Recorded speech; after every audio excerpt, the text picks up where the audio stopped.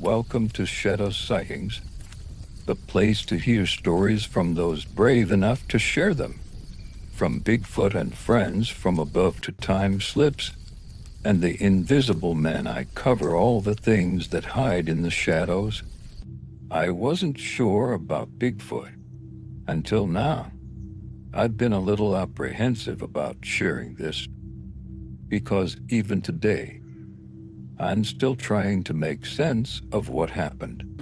For a little backstory, I was 13 when this took place.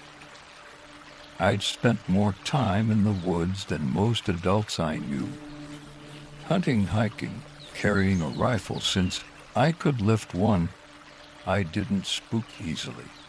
It was about 3 years ago my dad and I were up in North Idaho on a deer hunt. We drove deep into the forest until we found an old cut-off road that led to an abandoned mine and a quiet lake. We wanted to find a new spot far from the crowds. We drove deep into the forest until we found an old cut-off road that led to an abandoned mine and a quiet lake. While Dad got lunch going at camp, I wandered off with my fishing pole to kill some time by the lake. That's when it happened. A rock, the size of a grapefruit, came flying past me at 100 miles an hour. Before I could speak, he asked if I'd heard it. I said, yeah, it almost hit me. He frowned. He hadn't heard a rock. He'd heard 3 loud knocks echo through the trees. We followed the sound toward the old mine. But nothing, no people, no movement. After a while, we decided to head back toward camp. There was this old cabin along the way we'd wanted to check out. The roof was caved in, but inside we found a newer burned barrel. We both leaned in to peek inside. Just then, a small rock came flying straight between us and pinged off the barrel. Neither of us had thrown it. My dad stayed calm, said, maybe Bigfoot's real, and started walking back to the Jeep. I laughed nervously and followed. But that feeling, the pressure of being watched, it hit hard. We started driving. Not even a quarter mile later, a small tree lay across the trail. We rolled over it, but ahead was another much bigger, blocking the road completely. Dad sighed, said we'd left the chainsaw at camp, and told me to stand guard while he hooked up the winch. I climbed out, rifle ready. That's when it hit, that crushing feeling of being watched. My chest tightened, heart pounding. But then, just as suddenly, it vanished like a weight lifting off my shoulders. We drove on, but not far. Another tree bigger than before lay across the road. Dad muttered, it's like someone doesn't want us to leave. Looks fresh. We got it cleared and took off fast. Neither of us said a word until the road finally opened up. We both knew whatever had been out there wanted us gone. I've hunted and camped all my life. I've felt that something's their instinct before, and it's always had a cause. But that day, that feeling was stronger than anything I've ever known. My dad thinks it was Bigfoot, and honestly, I think he might be right. If anyone out there has an idea what we ran into that day, I'd love to know. It makes you wonder what really is out there. Have any of you listening to this ever had an experience like this before? Have you ever heard those wood knocks that are always a sign of Bigfoot? Imagine being in the woods and you feel like you are being watched. How would you handle that situation? Would you be brave enough to talk about it after? This next story will shake you. Prepare yourself and listen well. I've only ever shared this story with family and a few close friends. Even now I can see that night like it happened yesterday. Big Sur, a place of staggering beauty and hidden danger, where mountains plunge straight into the ocean and silence has a weight all its own. 3 friends and I left Salinas that evening, looking for a quiet spot we call Top of the World. The old coast road was once the main route through Big Sur, hard-packed dirt, steep cliffs, and no guardrails. It was perfect. No people, no cops, just us and the night. We parked near the base of the incline leading to our spot.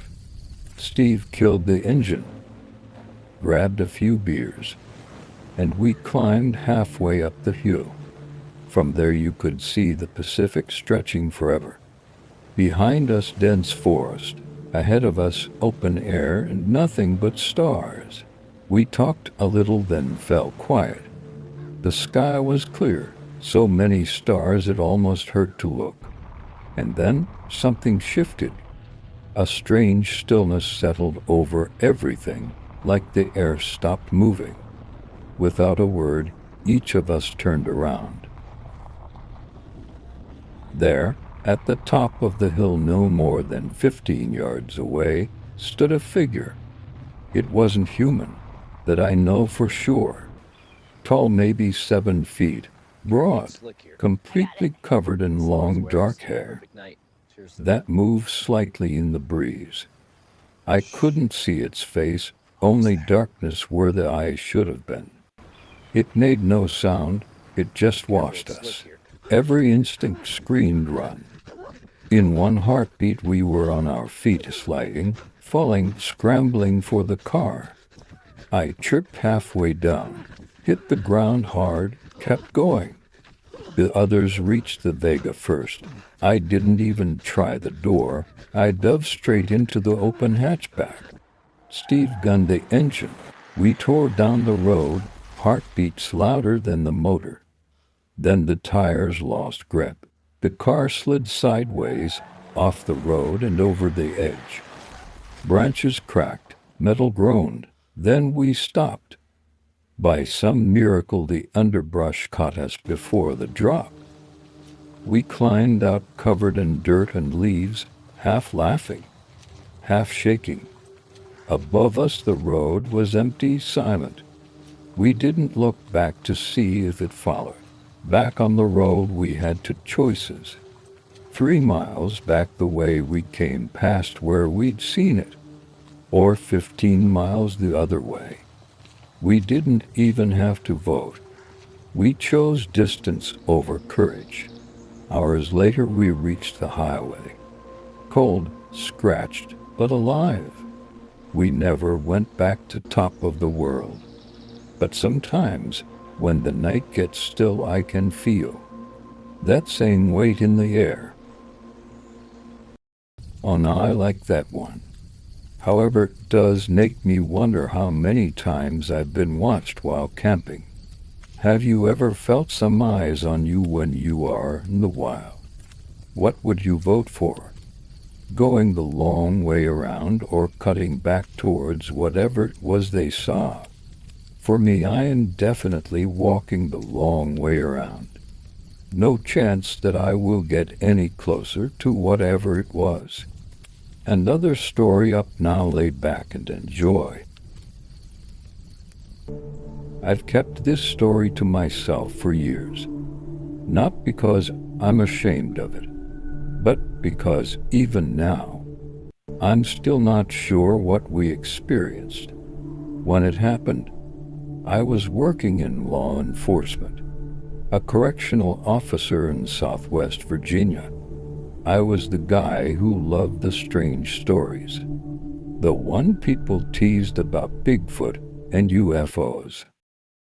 So, when a few of us planned what we jokingly called a Bigfoot hunt, it wasn't about proving anything. We just wanted a weekend away, a little peace under the stars. 10 of us went. Most of us cops. All of us armed. If anything, we felt safe. We drove deep into Giles County, miles from the nearest house, and made camp in a small horseshoe-shaped valley. Mountains on 3 sides. A canopy so thick it swallowed the moonlight. That first night was clear and cold. Our campfire glowed like an island in a sea of darkness. Laughter echoed through the trees. And then, little by little, the woods grew quiet. Around 12:30, a sound rose from the ridge above us. It was long, drawn out, and deep. Not a coyote, not an owl. Something else?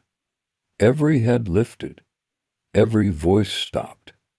Then, from our left, another call answered, 2 voices across the valley. And after that, silence. No crickets, no wind. Just the kind of stillness that presses against your ears. A few more guys went to bed, leaving just 2 of us by the fire. The flames were low when I heard a click behind us. Then another, and another. Small stones, hitting the picnic table 10 feet away. We turned our flashlights toward the trees, but there was nothing. Only fog, and the dark shapes of pine trunks. That feeling hit me hard. The one that crawls up your spine and tells you you're being watched. The air felt heavy, charged, like the moment before a storm. I decided right then I wasn't sleeping in my tent. I climbed into my car, locked the doors, and watched the camp through the windshield. Beyond the circle of firelight was pure blackness, a darkness so complete you could hold up your hand and see nothing at all. Time dragged. Every creak, every crackle sounded too loud. Then, about 30 minutes before sunrise, I stepped out of the car. The sky was a cold gray blue. The fire burned low, and a few of the guys were stirring, making coffee, rubbing sleep from their eyes. I told them about the rocks. We were standing by the table when it happened again. A voice from the woods behind us. Not a shout, not a growl. Talking, 4 or 5 seconds long, like a sentence spoken in a language I'd never heard. It had rhythm, tone, inflection, like real speech, but wrong somehow.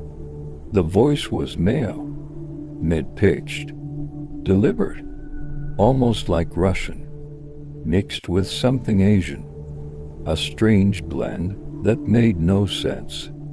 We froze, for trained officers, suddenly afraid to move. The sound stopped, and the forest fell silent again. When daylight came, we packed without saying much. I stayed through the morning, but I wasn't spending another night out there. Some of the guys who slept through it laughed at us, but the ones who'd heard it didn't. We all knew something had been out there. Could it have been a prank? Maybe, but we were miles from the nearest road. No cell service, no sign of another soul. And whoever was out there, if it was a person, had the guts to throw rocks at armed cops in the middle of the night. That doesn't make sense. A few days later, I couldn't let it go. I started searching online for Bigfoot recordings and found something called samurai chatter. When I pressed play, the hair on my arm stood straight up. It was the same voice, the same rhythm, the same impossible sound.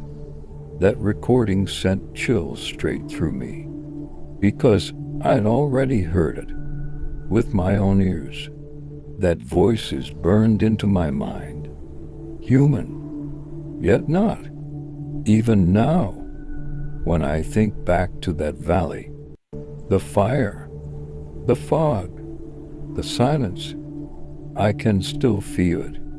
That weight in the air, that presence just beyond the tree line. Something intelligent, watching, waiting, speaking in a language we were never meant to understand.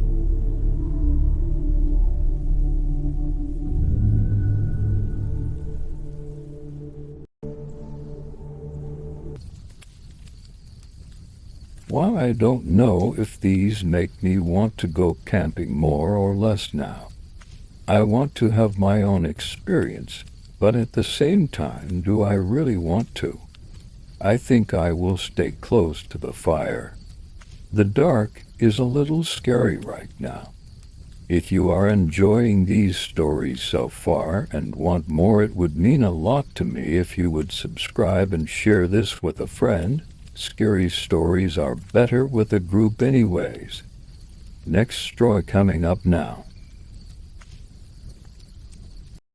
I'd never been to California before. I'd flown in from the UK for a short business trip, 3 days, all meetings and noise. So on my last afternoon, I decided to take a drive. I'd heard about Big Sur, the cliffs, the beaches, the silence, and I wanted to see it for myself. It was late afternoon when I parked at a turnout off Highway 1. The air was cool, damp with salt, and the Pacific stretched endlessly gray beneath the clouds. Down below, a narrow creek wound through the rocks and spilled into the sea. I followed it, camera in hand, to a small cove hidden by cliffs. It was quiet there, only surf and gulls, the kind of quiet you feel in your bones. I climbed onto a low rock shelf about 100 meters from the waterline and waited.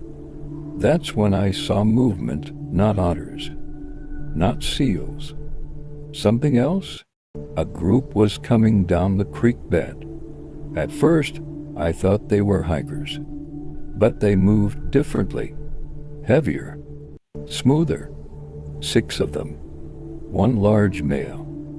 It was coordinated, deliberate, almost ritualistic. They didn't look like animals. They looked like something in between. The male was enormous, 8 feet tall at least, broad-shouldered, dark brown hair slicked with mist. Even from that distance, I caught the smell, heavy, musky, mixed with sea salt. I lifted my camera slowly and tried to focus. The click of the shutter was soft, but not soft enough. The male froze. Then it looked straight at me. The females began screeching, high-pitched and panicked, while the smaller ones bolted up the creek. And then the male started toward me. It waded out of the surf, water streaming from its body. Each stride shook the ground. Every instinct screamed run, but I couldn't move. It charged across the sand, and then stopped 50 meters away. It turned slightly, looking back at one of the females. They were shouting, chattering, a fast, harsh language that wasn't language at all. It sounded like an argument, like They were debating what to do. Then the male swung back toward me.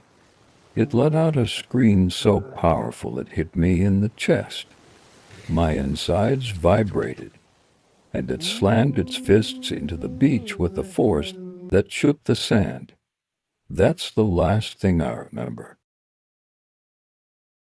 When I came to, the light had changed.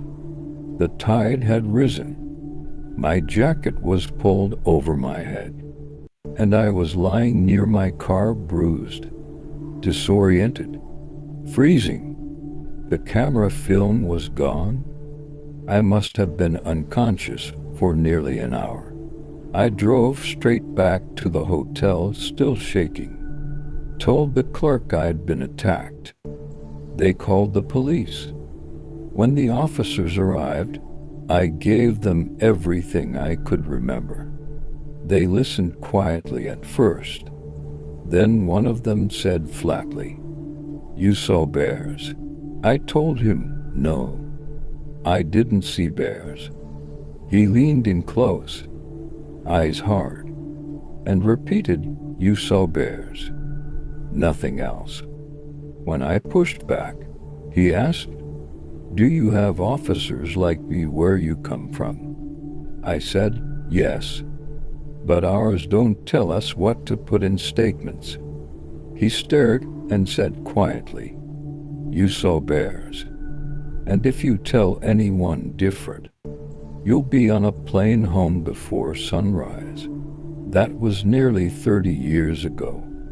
I never told anyone, not the press, not my colleagues, only my brother, who happens to be a primate photographer. He said the grooming, the kelp rubbing, the social interaction, none of it matches any known species. I've replayed that moment for decades.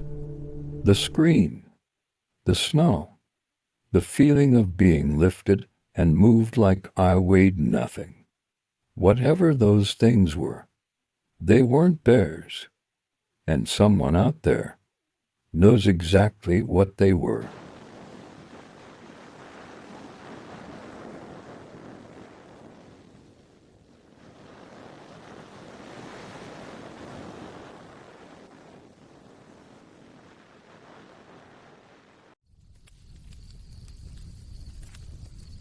Oh, that was another one from Big Sur. They must like it out in California. I cannot blame them. It is beautiful out there. To think that they carried her to her car. How did they find the car? Why do it?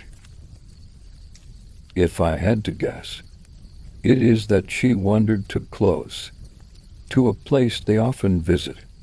Maybe the oddest of all is the way the police reacted. What do they know?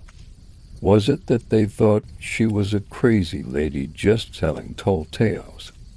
Or could it be that they know what's out there, and for some reason they are keeping it all to themselves? Before our next story, if you have any experiences that you want to share, tell me in the comments, and I just might share it on the next video. Until then, lay back and enjoy this next tale.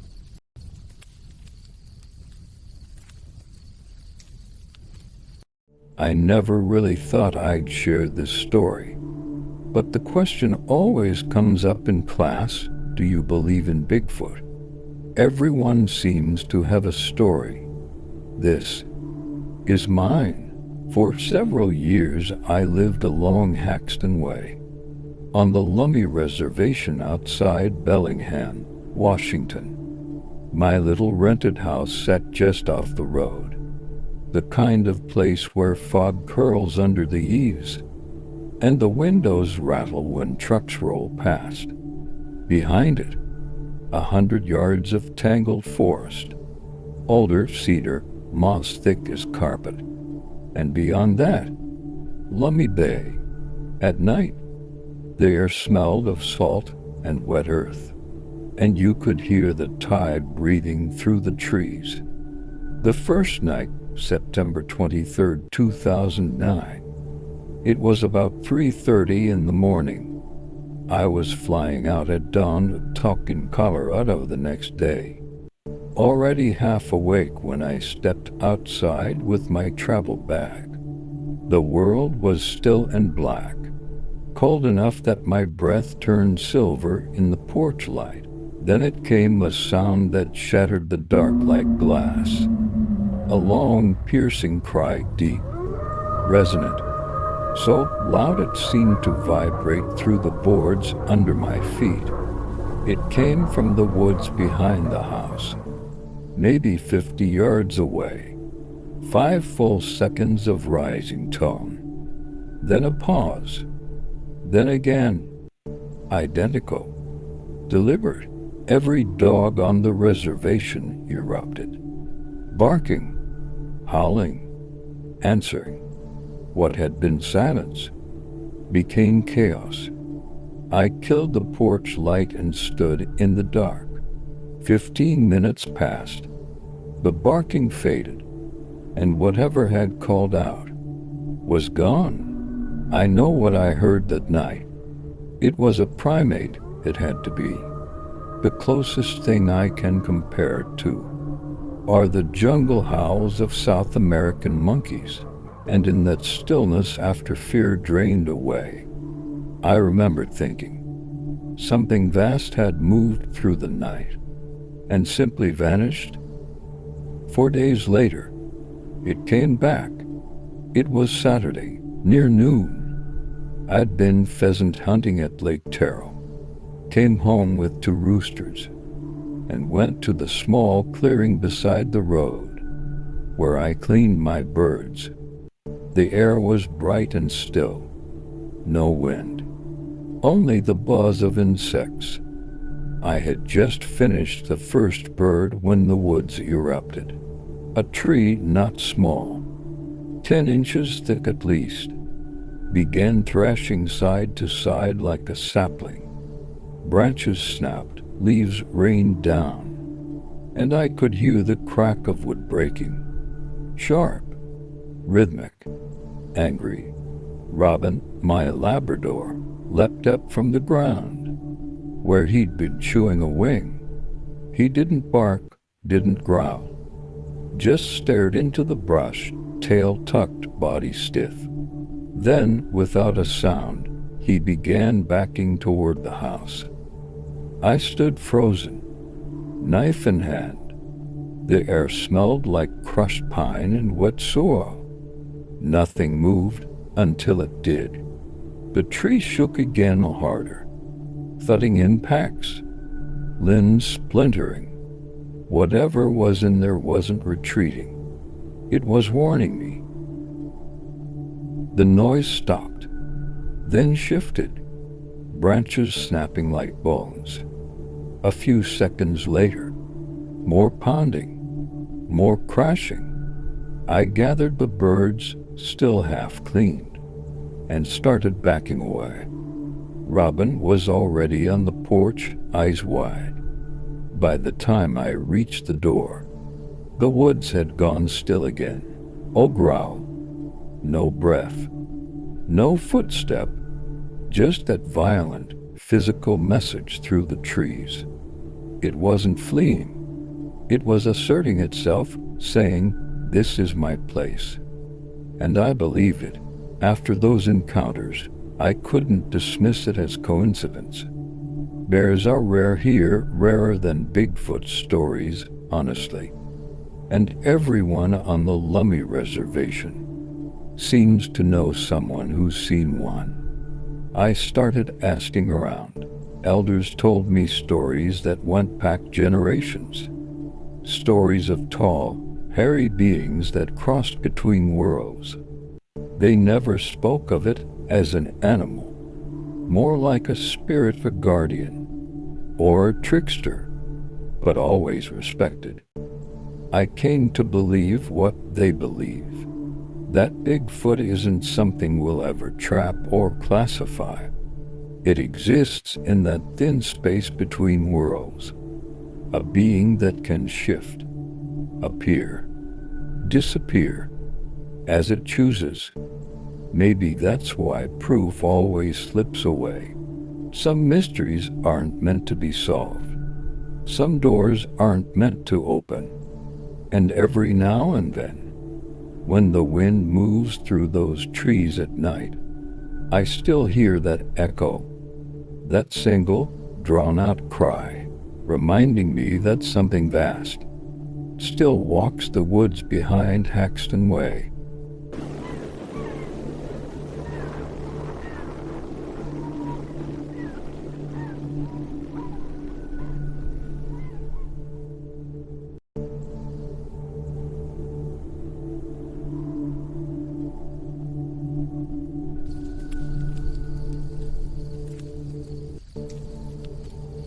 I hope you are enjoying these stories as much as I am. I wonder how many small areas know about these sightings.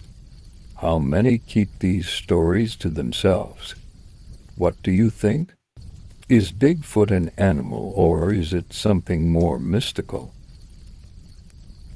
This story will be the last for today. There will be more soon. If there is a cryptid you want to hear about or something in the shadows, let me know and I will find the stories that people are brave enough to share with me. Then I will share those with you.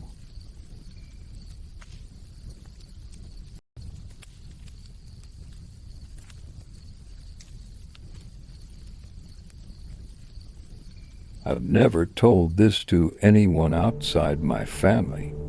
It's not that I'm ashamed of what I saw. It's that I still can't explain it. And I don't think I ever will. It happened in 2015. On the Clearwater River in northern Idaho. I'd taken a week off from work to be alone. No phone. No noise. Just a small rented cabin, half a mile off the main road, tucked against the tree line where the river bends north. If you've ever been out there, you know the kind of silence I'm talking about. The kind that feels like the world is holding its breath. The first night, I got in late around 9. Just enough light left to see the outline of the mountains across the water. The cabin was old, but solid. No TV. No signal, just the soft groan of the wood stove, and the sound of the river moving under the dark. Around midnight, I stepped outside to smoke. The air was sharp, filled with pine and cold water. That's when I heard it. Not a cry, not a growl, but something moving upriver, heavy, deliberate. It sounded like a person walking in the shallows. One slow step, after another. But there shouldn't have been anyone out there. Not at that hour. Not in that cold. I stood there for maybe 20 seconds, listening as it moved closer, then stopped. The river went still again, but the silence felt wrong. Like the whole valley was waiting for something to happen. I stayed up until dawn, fire burning low, every board in that cabin popping and creaking, like it was trying to warn me. The second night, the next evening, I built a fire pit near the bank. I figured maybe I'd imagined it, just river sounds playing tricks. But around 1 in the morning, the smell changed. The air went sour, a mix of wet fur and iron, like blood and rain. Then, from across the water, a shape stepped out of the trees. At first, I thought it was a man, tall, broad-shouldered, backlit by the moon. But the proportions were wrong. The arms were too long. The head sat low between the shoulders, like it didn't have a neck at all. It stood there, not moving, not hiding, just watching me. The fire cracked. The light flickered across the river. And for maybe 10 seconds, we just stared at each other. Then it made this sound, low like a hum at first, that grew into something so deep. I felt it in my ribs. Not loud, but powerful. It wasn't angry. It wasn't even threatening. It was almost curious. Then it stepped backward into the trees and was gone. The third night, I should have left the next morning, but I didn't. Something about that sound stayed in my head. I needed to know what it was. So I stayed. That night, a storm rolled in. Wind, rain, branches scraping the roof. I was sitting by the stove when I heard 3 knocks on the wall behind me. Not on the door, on the wall. Slow, even, measured. I froze. The knocks came again. 3 more, a little harder. I grabbed my flashlight and stepped outside, but there were no footprints in the mud, no tracks, no movement. Just that smell again, stronger this time, like something wet and wild had been standing right there. I packed before dawn. By the time I hit the highway, the rain had stopped, and the sun was breaking through the fog. In the daylight, it all felt impossible, like a dream you half remember. But when I got home and unpacked my gear, I noticed something I hadn't brought with me. On the back of my truck bed, a single wet handprint. Huge, almost twice the size of mine. 5 long fingers. No claws, just pressure, as if something had leaned there, watching me leave. That was 10 years ago. I'd been back to Clearwater since, but never alone. Some nights, when the wind moves through the pines just right, I swear I can still hear it, that low humming voice, rolling up from the water. Not a warning, not a threat, just a reminder that out there, something ancient is still watching and waiting.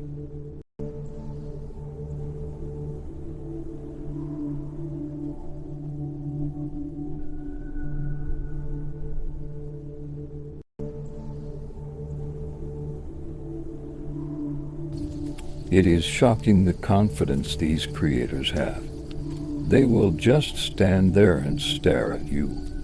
They seem to protect the land that they live on. They also seem to be gentle, or, at the very least, they do not want to hurt people as much as they want to scare them off. Would you go back to that area again? Or would you find a new place to camp? I do wonder if you could befriend one in the right aspect. Tonight, you've heard stories whispered from every corner of the wilderness, from the fog-drenched cliffs of Big Sur, to the dark timberline of North Idaho, to the quiet riverbanks near Clearwater, and the silent roads of Giles County, Virginia. Different voices, different times, but the same presence echoes through them all. Something ancient, watching from the edge of human understanding. What makes these stories so haunting isn't just the creature described. It's what it does to the people who see it. Fear, awe, disbelief, then that slow, heavy silence that follows. When you realize the world may be far stranger than we want to believe. Each witness saw something they couldn't explain, something that left a mark deeper than any photograph ever could. They didn't chase fame. or attention. Most never even wanted to tell their story. But sometimes, an encounter refuses to stay buried. And maybe that's why you're here, listening, wondering if you'd have looked away, or if you'd still be standing there on the shore, trying to understand what just looked back at you.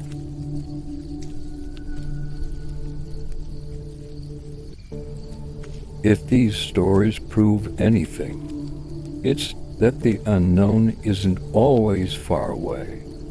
It hides in the places we pass without noticing. The old roads, the foggy hillsides, the river trails that seem to breathe after dark. Maybe Bigfoot isn't the only mystery out there. Maybe it's just the one that lets us glimpse something older than fear itself, something that belongs to this earth in a way we never fully will.